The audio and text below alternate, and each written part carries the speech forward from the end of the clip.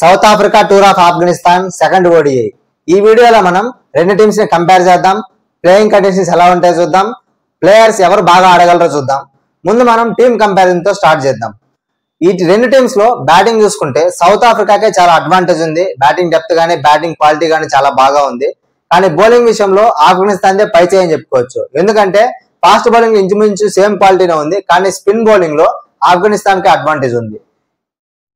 ఈ గ్రౌండ్ లో ఎలాంటి ప్లేయర్స్ బాగా ఆడగలుగుతారో అని చూసుకుంటే, బ్యాటింగ్ లో ఎవరైతే పవర్ ప్లే లో బాగా హిట్టింగ్ ఆడగలుగుతారో వాళ్ళు బాగా ఆడగలుగుతారు. ఇంకా మిడిల్ ఓవర్స్ లో స్ట్రైక్ బాగా రొటేట్ చేస్తూ లాంగ్ ఇన్నింగ్స్ ఆడగలిగిన వాళ్ళు బాగా ఆడగలుగుతారు. ఇంకా బౌలింగ్ విషయానికి వస్తే ఫాస్ట్ బౌలింగ్ లో ఏ బౌలర్స్ అయితే స్లో బాల్స్ కట్టర్స్ అన్ని బాగా వేయగలుగుతారో వాళ్ళు లైక్ లుంగి ఎంగడి, నాంద్రే బర్గర్, ఇంకా ఫరూకీ లాంటి బౌలర్స్. అదే స్పిన్నర్స్ అయితే రషీద్ ఖాన్, మొహమ్మద్ నబీ, బియాన్ ఫర్టీన్ లాంటి బౌలర్స్ బాగా పర్ఫామ్ చేయగలుగుతారు. ఈ స్టేడియంలో మ్యాచ్ గెలవాలంటే ఫస్ట్ ఇన్నింగ్స్ ఆడి 250 రన్స్ పైన కొట్టి సెకండ్ ఇన్నింగ్స్ లో బౌలింగ్ బాగా వేయాలి. లేదంటే ఫస్ట్ ఇన్నింగ్స్ ఆడే వాళ్ళని 200 రన్స్ కి అటు ఇటుగానే ఆల్అౌట్ చేసేయాలి. అప్పుడే మ్యాచ్ గెలవడానికి ఈజీగా ఉంటుంది. ఇంకా ఈ మ్యాచ్ ఫేజెస్ వైజ్ ఎలా బిహేవ్ చేస్తుంది, ఎలా స్కోర్ రావచ్చు అనేది ఇప్పుడు డీటెయిల్ గా చూద్దాం. ఈ మ్యాచ్ వాళ్ళ టైమింగ్ లో సాయంత్రం 4 గంటలకి షార్జా స్టేడియంలో ఆడుతున్నారు. జనరల్ గా ఈ స్టేడియంలో పిచ్ మెయింటెనెన్స్ అనేది అంత బాగా ఉండదు.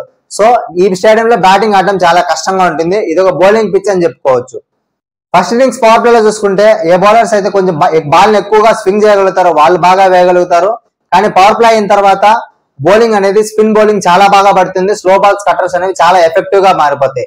సో 200-250 రన్స్ ఆ లోపు ఆల్అౌట్ చేయకపోతే సెకండ్ ఇన్నింగ్స్ లో చేజింగ్ కొంచెం ఈజీ అవుతుంది. ఎందుకంటే సెకండ్ ఇన్నింగ్స్ లో మళ్ళీ డ్యూ పడుతుంది. సో సెకండ్ ఇన్నింగ్స్ లో బ్యాటింగ్ కొంచెం అనుకూలిస్తుంది. అదే ఫస్ట్ ఇన్నింగ్స్ లో 250 రన్స్ దాటి కొడితే ఆ తర్వాత సెకండ్ ఇన్నింగ్స్ లో డ్యూ వచ్చే లోపే వికెట్లు పడే అవకాశం ఉంటుంది. ఆ స్కోర్ బోర్డ్ ప్రెజర్ వలన ఫస్ట్ ఇన్నింగ్స్ టీం గెలవడానికి అవకాశాలు ఎక్కువగా ఉంటాయి. మీరు ఏ టీం గెలుస్తుంది అనుకుంటున్నారో కింద కామెంట్స్ లో చెప్పండి. Thank you for watching. Follow క్రిక్స్ తెలుగు ఫర్ మోర్.